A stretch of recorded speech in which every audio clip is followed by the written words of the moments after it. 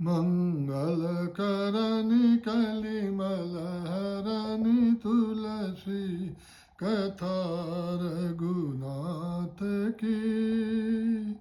राम राम जय राजा राम, राम राम जय सीताराम, राम राम जय राजा राम, राम राम जय सीताराम, राम राम जय राजा राम, राम राम जय सीताराम। रहसि संविदं हृच्छयोदयं प्रहसिताननं प्रेम वीक्षणम्। बृहदुरश्रियो वीक्ष्य धाम ते, मुहुरति स्पृहा मुह्यते मनः। पिछली बार जो हमने आपको देवा पांडा की बात बताई थी, देवा पांडा भगवान की सेवा करते करते बिल्कुल बूढ़े हो गए थे। उनके दाढ़ी मूछ सब सफेद हो गए थे। भगवान के जो बाल थे वह सब काले थे। जब उन्होंने भगवान की माला राजा के न आने के कारण धारण किया था, तो उनके दाढ़ी का एक लंबा बाल उस फूलों की माला में चला गया था, जिससे राजा को शक हुआ। उसने भगवान की दाढ़ी खींचनी चाहिए, उनके बाल खींचना चाहे, और तब भगवान ने श्राप दिया। और आज भी उस राजा के वंश के लोग इस चतुर्भुज मंदिर में नहीं जाते हैं। इसके पहले हमने आपको अपने गुरुदेव के विषय में जो बात बताई थी कि जिस व्यक्ति को सारे अस्पताल डॉक्टरों ने 15 दिन का समय दिया था कि इसको कैंसर है, 15 दिन का समय है, जो करना है करो, वह बाबा के आशीर्वाद से 4 महीने में ठीक होने के बाद 10 वर्ष तक सुंदर स्वास्थ्य के साथ इस संसार में विराजे थे। आज मुझे बक्सर वाले मामा की एक घटना याद आती है, आपको वह सुना रहा हूं। अद्भुत घटना है। एक बार बक्सर वाले मामा के गुरु, जिनको खादी बाबा के नाम से जानते थे, अपने आसन पर विराजमान थे। बक्सर वाले मामा कहीं यात्रा करके आश्रम में आए थे, थके मादे थे, विश्राम कर रहे थे। उसी समय किसी ने आके कहा कि गुरुदेव ने मामा जी आपको बुलाया है। मामा जी जिस हाल में थे,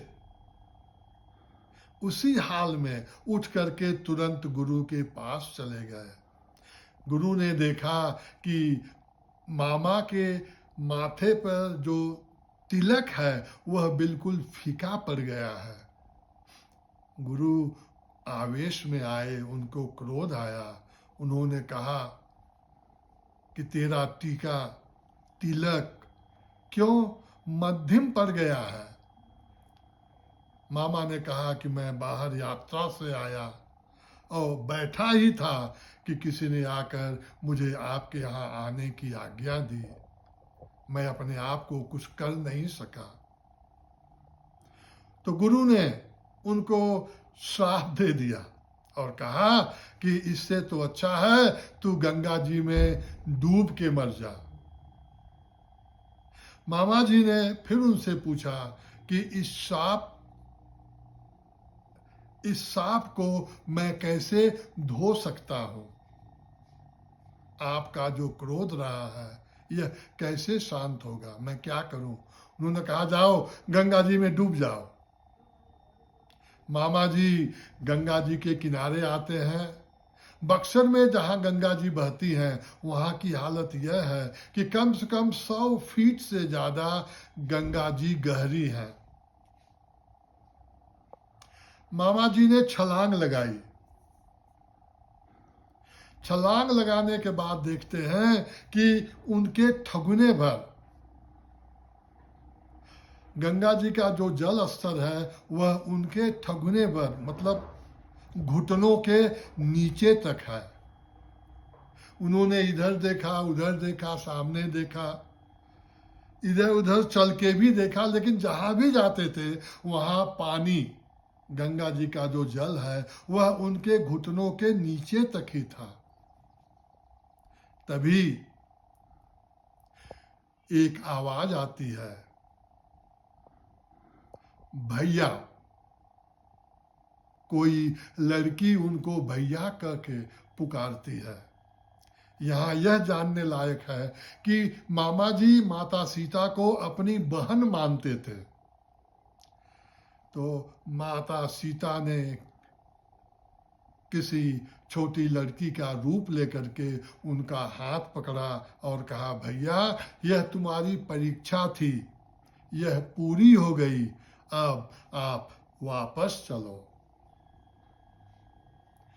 ऐसे विलक्षण संत और उनके विलक्षण शिष्य, यह सतयुग त्रेता की बात नहीं है, यह इसी कलिकाल की बात है और कुछ दशकों पहले की ही बात है, जब हम आप कोई भी राम नाम में इतना लीन तल्लीन हो जाता है तो उसके लिए कुछ भी असंभव नहीं है। भवसागर भी गौ के खुर के समान हो जाता है। गोपद सिंधु अनल सितलाई, गरल सुधा रिपु करहि मिताई। यह सब नाम का प्रभाव है। अगर आपने गुरु किया है, और गुरु वही होता है जिसका कोई गुरु हो, यह विशेष बात ध्यान करने योग्य है। ऐसे किसी ऐरे गहरे को ही गुरु मत बना लीजिएगा, वो तो हो गया, आप भी जाएंगे। तो जब हम ऐसे लोगों के संग में रहते हैं, ऐसे लोगों का साथ मिलता है, ऐसे लोगों से दीक्षा मिलती है, तो असंभव संभव हो जाता है। गुरु खाकी बाबा को और बक्सर वाले मामा को मैं कोटिशः प्रणाम करता हूँ। आइए रामचरितमानस सुंदरकांड, हनुमान जी और भगवान राम की का मिलन हो रहा है। हनुमान जी ने भगवान को सीता जी के विषय में सारा वृत्तांत सुनाया है। अब तक अगर ध्यान से देखा जाए तो सीता जी ने केवल एक सोने के मृग की इच्छा की थी।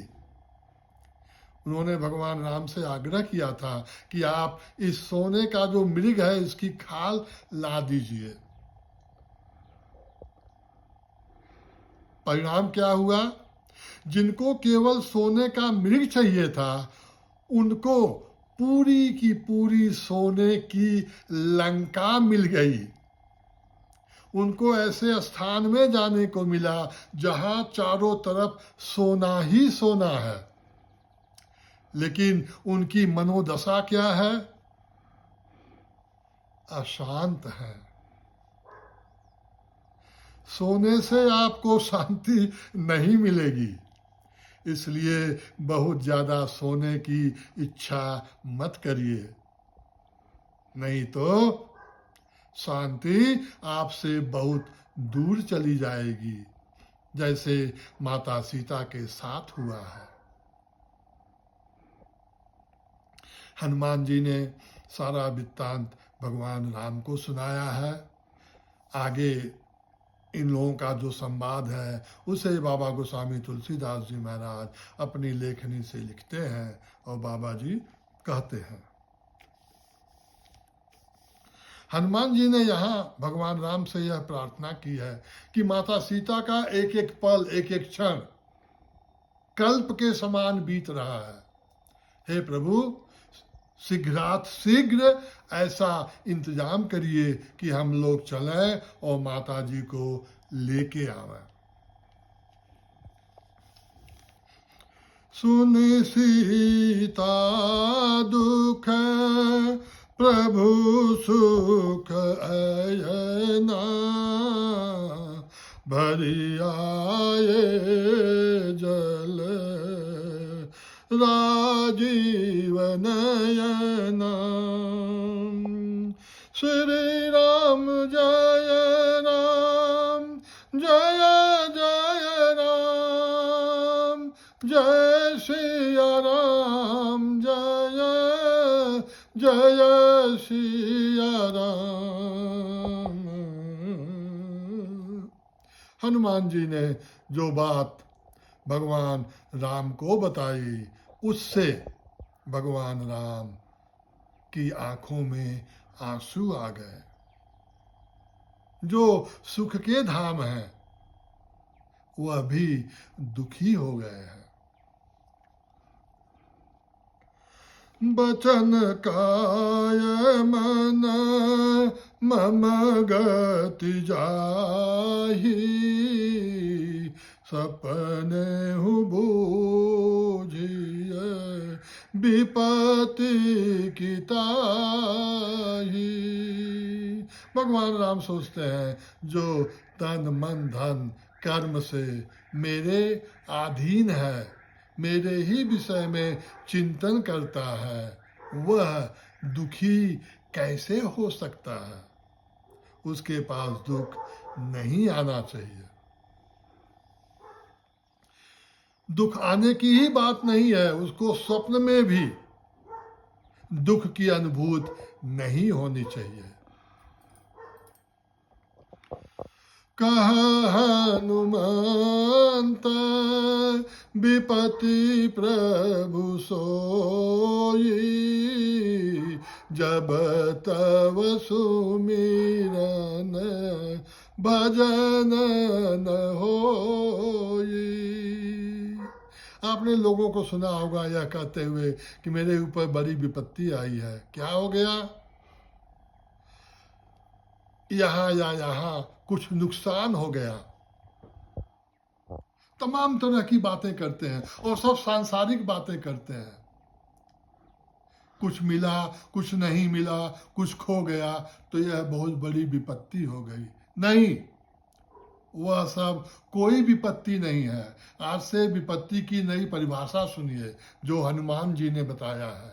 और हनुमान जी कहते हैं कि हे प्रभु, विपत्ति तो वही है जब आदमी आपका स्मरण, आपका मनन, आपका जप, आपका तप, आपका ध्यान, आपके नाम का रटन न करे, जो आपसे विमुख हो,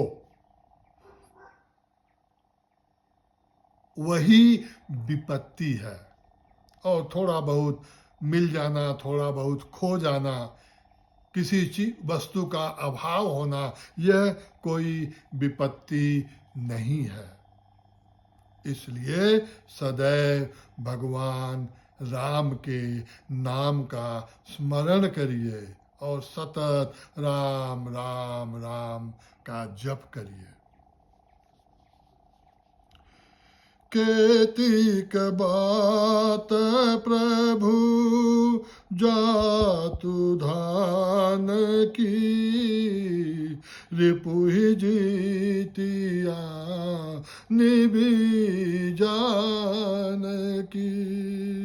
हनुमान जी भगवान राम को सांत्वना देते हैं और कहते हैं कि ये जो राक्षस हैं ये कितने हैं, ये क्या कर सकते हैं। हे प्रभु, चलिए हम इनको जीत करके, इनको मार करके माता को वापस ले आते हैं। सुन कपितो ही समान उपकारी, नहीं को सुर नर मुनि तनुधारी। भगवान राम हनुमान जी का धन्यवाद कर रहे हैं और उनसे कह रहे हैं कि ए हनुमान, ए सुत, आप जैसा इस संसार में, इस ब्रह्मांड में कोई भी नहीं है, चाहे वो देवी हो, देवता हो, चाहे मनुष्य ही क्यों न हो।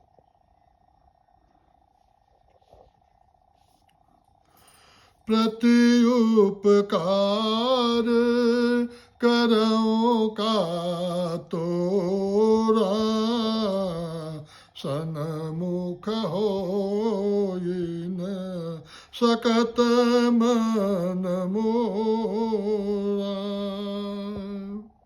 भगवान राम हनुमान जी के उपकार से इतने बोझिल हैं कि कहते हैं कि ये हनुमान, मेरा मन आपका सामना नहीं कर सकता है। मैं इस बदले में जो आपने किया है, मैं आपको क्या दूं? कुछ दिखता नहीं है कि मैं आपको क्या दूं। सुनु सुत तो ही उऋण में नाही, देख्यऊ करी विचार मन माही। बात बड़ी सीधी सी है। जब हम किसी का कुछ भला करते हैं, परोपकार करते हैं, तो वह हमारा ऋणी हो जाता है। वही हालत आज भगवान राम की है। कहते हैं कि ये हनुमान, मैं तुम्हारा ऋणी हो गया। जिसको आप बोलते हैं किसी ने आपसे कुछ कर्जा लिया हो, उधार लिया हो, तो भगवान राम अपने आप को ऋणी पाते हैं। पुनि पुनि कपि चितव सुर त्राता, लोचन नीर पुलकयति गाता। और भगवान राम एक टक अपने भक्त हनुमान को देख रहे हैं, जिनके नेत्रों में अश्रु है और पूरा शरीर जो है वह प्रफुल्लित है। यह भक्त की दशा होती है, जब भक्त भगवान की भक्ति में बहुत आगे निकल जाता है। सुनि प्रभु बचन बिलो की मुख, गात हर्षि हनुमान, चरण पर प्रेमाकुल, त्राहि त्राहि भगवान। सियावर रामचंद्र शंकर उमा। हनुमान जी भगवान की यह दशा देख करके, हे प्रभु त्राहि माम रक्ष माम, त्राहि माम रक्ष माम, उनके पैरों में पड़ जाते हैं। ओम देवराहाय दिगंबराय मंचासीनाय नमो नमः।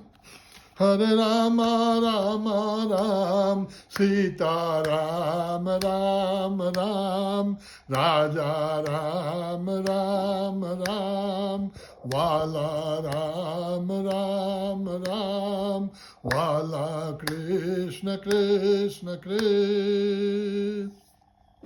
पायो परम विश्राम, राम समान प्रभु नाही कहूँ। हर हर महादेव, जय सिया राम। ओम शांति शांति शांति।